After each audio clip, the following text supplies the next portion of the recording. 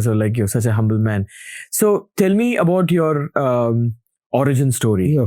Like, you came from Germany at the age well, my father was Jewish, right? And I was born in 1936. And already, of course, by that time, Hitler's anti-Semitism was very, very widespread. So although my father at that time was already a successful physician in Frankfurt with a largely Jewish practice, he realized in the end he would have to leave. He didn't think he would need to. And so we left Germany because of Hitler in the middle of 1938 when I was 2.5. So I don't really remember anything about Germany, but it was a difficult time. It was a difficult time for him. He had to retake medical exams so he could practice and so on.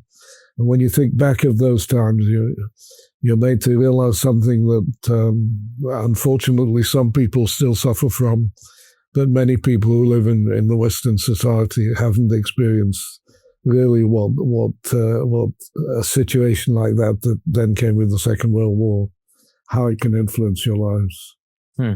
So you were age 2 at that time? 2.5, yeah. 2.5. The half makes a difference when you're only 2. Why do you say that? Well, the thing that I find strange is that I remember nothing from when I was in Germany, and yet I remember things that must have happened fairly soon after we came to England. I had 2 older brothers, and they were, of course, much more conscious of what had been happening in Germany.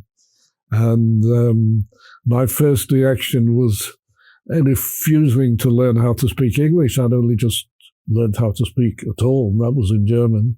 And then having learned some German, I refused some English. I refused to learn German again. But then I learned German at school, and it's still reasonably okay. My parents spoke to me in German. So,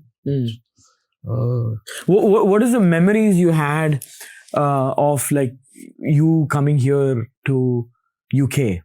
Like, well, is it vague or is it like? It wasn't a memory of what I had in Germany. It was an experience of what I was having as a very young child, and then during the Second World War in England. And I have to say, a strong antipathy against Germany for many years when I was younger.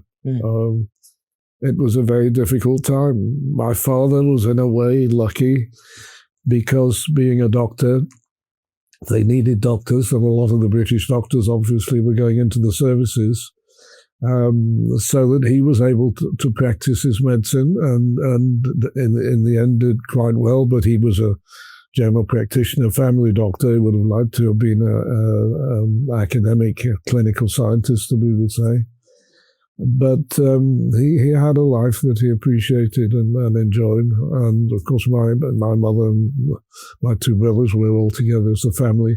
And he had to go to Manchester because they said they had enough of immigrants in London. So we chose Manchester because through my wife, through my mother rather, they had friends in Manchester.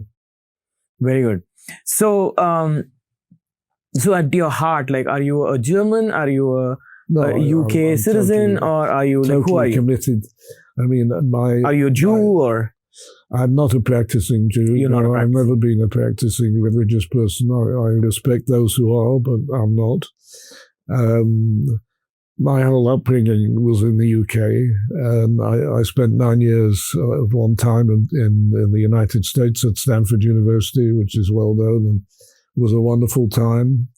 My wife, first wife, she was British through and through, and so we thought in the end we might want to come back to England for the sake of our children and the environment there, which is not to say that we weren't happy in the United States, but there's a certain amount of feeling you belong somewhere that maybe takes you away from where you are, even if you're enjoying it.